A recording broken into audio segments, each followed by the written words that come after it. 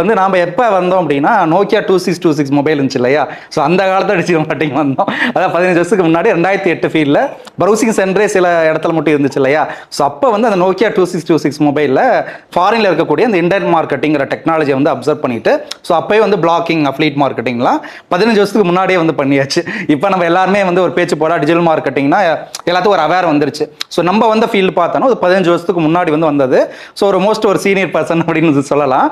So என்னோட ப்ராசஸ்லாம் என்ன அப்படின்னு பார்த்தோம் அப்படின்னா நம்ம எஸ்யூ அதிகம் பண்ணியிருக்கோம். அப்புறம் வாட்ஸ்அப் மார்க்கெட்டிங்கு, இது மட்டும் இல்லாமல் நம்ம வந்து இப்போ வீடியோ எடிட்டிங், கிராஃபிக் டிசைனிங் பண்ணுறோம், சோசியல் மீடியா ஹேண்ட்லிங் பண்ணுறோம். இது மட்டும் இல்லாமல் கண்டென்ட் ரைட்டிங் சர்வீசஸ் தனியாக இருக்குது. சோசியல் சிக்னல்ஸ் அப்படிங்கிறது இந்தியாவில் அதிகம் கொடுத்தது நம்ம தான். எஸ்யூ அப்படிங்கிற ஒரு ஒர்க்கே அதிக கிளைண்ட்டுக்கு பண்ணது அப்படின்னா டோட்டல் தமிழ்நாட்டில் எடுத்துக்கிட்டோம், ஒரு இந்தியா அளவு வேணால் ஒரு தமிழ்நாட்டில் எடுத்த ஒரு அதிக அளவுக்கு பண்ணதுன்னா அது நம்ம கம்பெனி தான் சொல்லலாம். ஏன்னா ஒரு 10,000 ப்ராஜெக்ட்ஸ்க்கு மேலேயே இந்த 15 இயர்ஸ் மேலே பண்ணியிருக்கோம். ஸோ அந்த அளவுக்கு வந்து எஸ்யூ ஆர்டர்ஸ் பண்ணியிருக்கோம். இந்தியாவில் இருக்கக்கூடிய மோஸ்ட் ஃபேமஸாக இருக்கக்கூடிய அஃப்லீட் மார்க்கெட்டர்ஸ், ஸோ ரொம்ப பெரிய பிளாக்கிங் பண்ணவங்களாம் வந்து நம்ம ஃபீல்டில் இருக்காங்க.